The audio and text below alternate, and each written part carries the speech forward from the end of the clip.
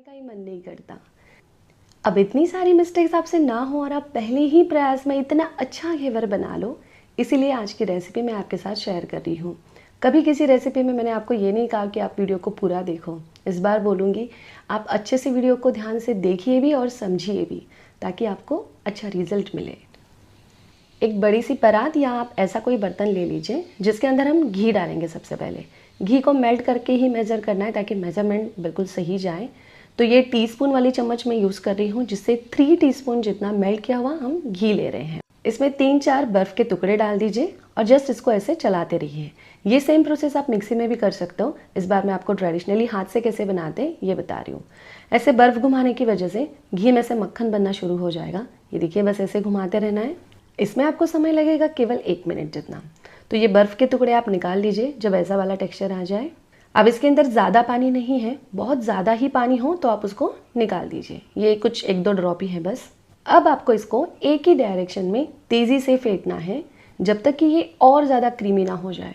इसका वॉल्यूम थोड़ा सा बढ़ जाएगा, पहले से सुपर वाइट हो जाएगा, बिल्कुल चिकना और स्मूथ हो जाएगा, just like a cold cream. ये देख रहे हैं आप, बहुत ही अच्छे से ये अभी हो चुका है। अब इसके अंदर हम मिलाएंगे मैदा। ये मैं 1 कप जितना मैदा ले रही हूँ, जो वज़न में 120 या 130 ग्राम के करीब करीब आता है।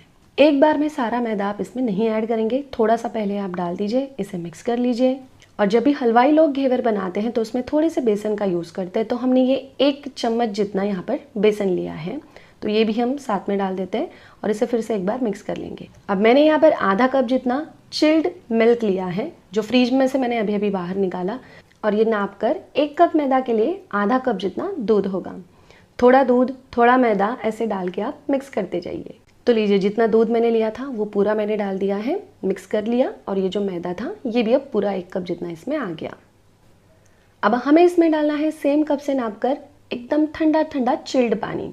तो ये 1 कप अभी मैं फ़िलहाल ले रही हूँ, आपको मैं कंसिस्टेंसी बताऊँगी और आखिर में पानी का रेशो भी बता दूँगी। तो ये बिल्कुल फ्रीज का ठंडा पानी डालकर इसका हम घोल बनाएंगे। थोड़ा थोड़ा डालें, मिक्स करते जाइए। हमने इसमें लम्स नहीं पड़ने दिए और इसे बढ़िया से हमने मिक्स कर लिया है। पूरा 1 कप पानी इसमें यूज़ हो चुका है। घेवर बनाने के लिए बैटर की कंसिस्टेंसी बहुत ज़्यादा ज़रूरी होती है। 1 कप पानी मैंने इसमें पूरा डाल दिया और फिर से 1 कप पानी डालकर इसका हमने ये घोल बना लिया है। मतलब 1 कप हमने मैदा लिया था, जिसके लिए 2 कप जितना पानी प्लस आधा कप जितना दूध। अगर आप दूध को स्किप करना चाहते हैं तो 2.5 कप जितना पानी आप डाल सकते हो। अब इसमें मैं ये डाल रही हूँ आधे नींबू का रस, और जिसे अगर आप चम्मच से नापेंगे तो 1 टीस्पून जितना लेमन जूस। लेमन जूस इसलिए डाला जाता है क्योंकि लेमन इसके अंदर वो होल बनाने में मदद करता है, जिससे घेवर क्रिस्पी बनता है। ये नींबू का रस जो है ये घेवर के बैटर को बांधने में भी मदद करता है, और जिससे ना इसकी जो बनावट है घेवर की वो बहुत अच्छी बनती है, जाली बहुत अच्छी आएगी। इसलिए आप नींबू का रस इसमें ज़रूर ऐड कीजिए। इसे छानना इसलिए ज़रूरी है क्योंकि कुछ नींबू के अगर रेशे हों वो निकल जाते हैं, कुछ मैदे के दाने वो साफ़ हो जाएंगे, और एकदम एक जैसा एक तरीके का बैटर आपको मिलेगा जो पतला है। अब यहाँ मैं आपको एक ज़रूरी टिप ये देती हूँ कि अगर आप कड़छी से बैटर डाल रहे हो घेवर बनाने के लिए, तो इतनी कड़छी भर भर के ना डालें। अगर आप कड़छी भर के ये सोच रहे कि मैं थोड़ा थोड़ा करके डालूंगी, तो देखिए क्या बारीक धार गिरेगी? बिल्कुल नहीं गिरती। और अगर घेवर बनाने में ऐसी मोटी धार में बैटर तेल में गिरे तलने के लिए, तो वो एक जगह जमा हो जाता है और घेवर में आपको जगह जगह पर गांठें नज़र आती है। और दूसरी केस में कड़छी में मैं बैटर तो ले रही हूँ लेकिन बिल्कुल छोटी सी क्वांटिटी में, और देखिए अब कितनी बारीक धार गिर रही है, तब इससे आपके घेवर में टेक्सचर बहुत अच्छा आएगा। बाकी टिप आगे देखते हैं। अब तक ये बैटर रेडी हो चुका है, इसे हम ऐसे बाहर नहीं रखेंगे, बाकी काम भी तो करने, तब तक हम इसे फ्रिज के अंदर ही रख देते हैं। तो अब हम इसके लिए लगने वाली चाशनी बना लेते हैं। तो एक पैन के अंदर 1 कप जितनी मैं चीनी ले रही हूँ, जिसमें हम आधा कप जितना पानी डाल देंगे। बस ये चीनी पानी के अंदर डूब जाए। स्लो फ्लेम के ऊपर अभी गैस को रखा है मैंने। चीनी को पहले हम पिघल जाने देंगे। एक छोटी सी लेकिन क्विक टिप बताती हूँ, अगर आपको केसर का एक अच्छा स्ट्रॉन्ग कलर चाहिए और फ्लेवर भी एकदम मज़े का, तो केसर को तवे के ऊपर हल्का सा भून लीजिए स्लो फ्लेम के ऊपर। देखिए इसका कलर थोड़ा सा ऐसे डार्क हो जाएगा, और केसर है ना, ऐसे हाथ से चूरा करने जाएंगे तो कभी इसका चूरा नहीं होता। अब देखिए आराम से इसका चूरा हो जाएगा। थोड़े से केसर में ज़्यादा इफेक्ट आपको मिलता है, तो ये मैं थोड़ा सा इसमें डाल देती हूँ, बाकी बचा लूँगी। जल्दी से ये चाशनी के अंदर घुल भी जाएगा, इसका कलर और स्वाद बहुत बढ़िया आता है। तो अब देखिए ये ऐसी इसकी थिकनेस हमें चाहिए। देखिए तार नहीं बन रही लेकिन चिपचिपी चाशनी है, ज़्यादा अगर ये पतली रही, पतली चाशनी आप क्रिस्पी घेवर के ऊपर डालेंगे, चाशनी की वजह से वो भीग जाएगा, क्रिस्पीनेस आपको फील नहीं होगा, गीला गीला लगेगा ना फिर, इसलिए इसको थोड़ा थिक बनाइए। इलायची पाउडर वगैरह डाल के मैंने इसे एक बर्तन में निकाल लिया है। अब रबड़ी बनाने के लिए फिर से मैंने वही पैन लिया है, थोड़ा सा गीला कर लीजिए और इसमें हम ले रहे हैं फुल क्रीम दूध। रबड़ी आप देखो आपको कितनी क्वांटिटी में बनानी है। 1 कप मैदा के लिए आधा लीटर जितनी मिल्क से बनी रबड़ी इनफ हो जाएगी। रबड़ी को इंस्टेंट बनाने के लिए हम इसमें मिल्क पाउडर का इस्तेमाल करेंगे। एक्चुअली मैं डेरी वाइटनर यूज़ कर रही हूँ, जो 10 रुपये के सैशे आपको मिलते हैं, ये आपको 3 पैकेट्स डालने हैं। इससे क्या होगा, क्रीमीनेस और गाढ़ापन दोनों आपको बहुत अच्छे से मिल जाए। इसे ठंडे दूध के अंदर ही मिक्स कर लीजिए। फिर गैस की फ्लेम को आप मीडियम टू हाई पे रखिए और इसे लगातार चलाते रहिएगा, क्योंकि मिल्क पाउडर नीचे लग जाती है और ये जलने का चांस है, इसलिए इसको मिक्स करते रहिए।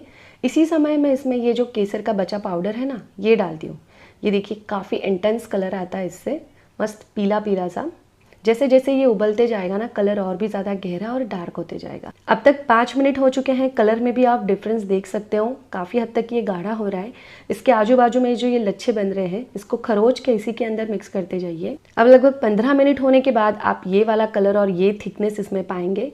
अब हम इसमें डाल देंगे चीनी। एकदम से ज़्यादा मीठा नहीं बनाना इसको, 3 या 4 चम्मच आप डाल सकते हो और इसको मिक्स हो जाने देते हैं। बस अब कुछ और 2-4 मिनट पका लीजिए और ये रही आपकी गाढ़ी गाढ़ी सी रबड़ी यहाँ पर तैयार है। इलायची पाउडर डाल दीजिए फ्लेवर के लिए। अभी भले ही आपको पतला लगे, लेकिन जैसे ये ठंडा होगा आप इसे फ्रीज में रखेंगे, इसमें वो प्रॉपर गाढ़ापन आ जाएगा। ये कंसिस्टेंसी आने पर आप गैस को बंद कर दीजिए और अब मैं इसे साइड में रखती हूँ। घेवर को अच्छे से जालीदार बनाने के लिए घेवर के बैटर का ठंडा रहना ज़रूरी है, इसलिए एक बड़ा बर्तन ले लीजिए जिसके अंदर हम ठंडा पानी और कुछ बर्फ़ के टुकड़े डाल देंगे। ये घेवर वाला जो मिश्रण है अभी अभी मैंने फ्रीज से निकाला है, एकदम ठंडा है और इसका टेम्परेचर ठंडा रहे इसलिए ऐसा करना ज़रूरी है। इसे मैं साइड में रखती हूँ।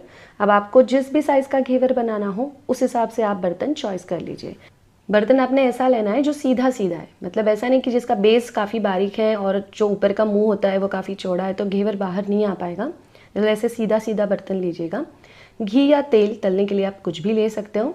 अभी देखिए गलती कहाँ होती है। मान लीजिए मैंने घी रखा यहाँ पे गर्म होने के लिए, लेकिन थोड़ा कम क्वांटिटी में लिया है और अब मैं यहाँ पे घेवर बनाना शुरू कर रही हूँ, और ना ही घी या तेल ज़्यादा प्रॉपर गर्म भी नहीं है।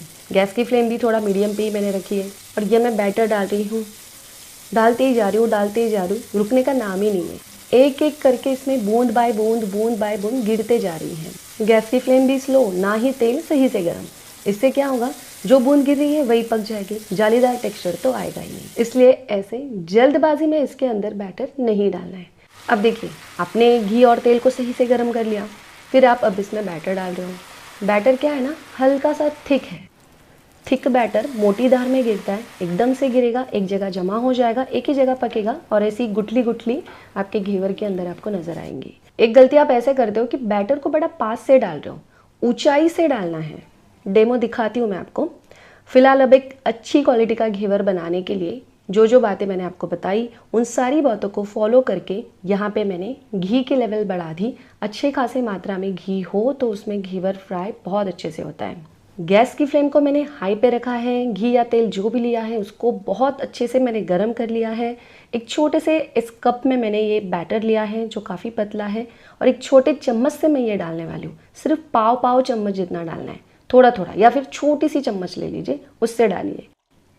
थोड़ा थोड़ा सा बैटर डालना है, ऊंचाई से डालना है, हाइट मेंटेन करना है। लगभग 1 फीट की हाइट से आप ये डालेंगे।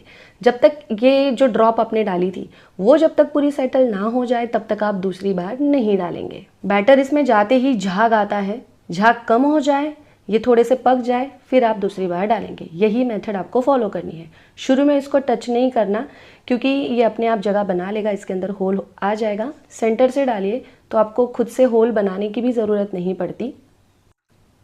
और गैस की फ्लेम को अपने हाई पे ही रखना है।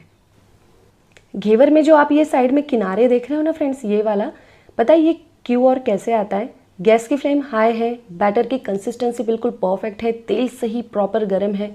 जैसे ही इसमें बैटर की बूंद गिरती है वो ऐसे उफनता है, उछलता है और किनारे चला जाता है, किनारों पे जमा होने लग जाता है और अपने आप से एक ऐसी लेयर इसके ऊपर बनना शुरू हो जाती है। इसीलिए एक बार डाला हुआ बैटर जब तक पूरा पक नहीं जाता तब तक दूसरा डालने की जल्दबाजी ना कीजिए। अब ये पूरा बर्तन भरने को आ रहा है, तब जाके मैंने इसके अंदर एक ज़रा सी जगह कर दी। इसमें जितनी बार आप बैटर डालते जाएंगे ना, उतना ही ज़्यादा हाइटेड आपका घेवर बनते जाएगा। ज़्यादा पतला अगर बनाएंगे तो हो सकता है वो निकालते निकालते ही टूट जाए, इसलिए हाइट भी उसकी अच्छी खासी आनी चाहिए। लेकिन ये पता कैसे चलेगा कि हाइट कितनी बनी होगी? बस 1 मिनट मैं आपको बताती हूँ। ये घेवर है ना, अभी यहाँ पे पक चुका है, नीचे से थोड़ा सा ब्राउनिंग भी नज़र आता है। हल्का सा बस इसे थोड़ा हम अंदर कर देंगे ताकि ऊपर से भी इसकी सिकाई हो जाए और आराम से हम इसे निकाल देंगे। अब गैस की फ्लेम लो है, क्योंकि ये अगर ओवर कुक हो जाए, ज़्यादा ये जल जाए, ज़्यादा ब्राउन हो जाए तो ये निकालते निकालते टूट जाता है। अगर आपके घेवर आप निकाल नहीं पाते हो, अच्छे बना लेते हो लेकिन निकालते टाइम वो टूट रहे, इसका मतलब वो ओवर कुक हो रहे हैं। लीजिए, शानदार जालीदार घेवर बनके तैयार हैं। हाँ, हमारा सवाल ये था कि हमें ये हाइट कैसे पता चले। तो इसके लिए सोल्यूशन मेरे पास ये है कि एक छोटा जो मेजरिंग कप है 1/4 कप जितना, ये मैंने एक भर लिया है और एक छोटा चम्मच लिया है, जिसकी मदद से मैंने आपको पहले जैसे बताया थोड़ा थोड़ा करके हम यहाँ पे बैटर डाल रहे हैं। पूरा कप ये डाल दिया, दोबारा से मैंने ये दूसरा लिया है। तो लगभग जो वीडियो में हाइट आपको दिख रही है वैसी हाइट लाने के लिए आपको 1/4 कप एक बार और 1/4 कप एक बार, यानी कि आधा कप जितना बैटर आपको लगता है। और लीजिए, देखते ही देखते ही ये दूसरा घेवर भी यहाँ पे बनके तैयार है, जो निकालने में भी कोई दिक्कत नहीं आती। मैंने बताया ना, ओवर कुक कर देंगे तो इसको निकाल नहीं पाएंगे। तो इसलिए ना, अगर आपको ऐसा लगे कि कुछ तेल ज़्यादा ही गर्म हो गया है तो गैस की फ्लेम को थोड़ा कम, ज़्यादा, मीडियम, ये तो आपको आपके हिसाब से करते ही रहना पड़ेगा, ठीक है। और इस तरीके से आप घेवर बना सकते हो। घेवर बना बना के एक छलनी में निकालना है ताकि जो भी एक्सेस घी या ऑयल हो वो निकल जाए। और फिर आप इसे एक एयरटाइट डब्बे में भर के रख सकते हो। ये पूरे महीने तक ख़राब नहीं होते।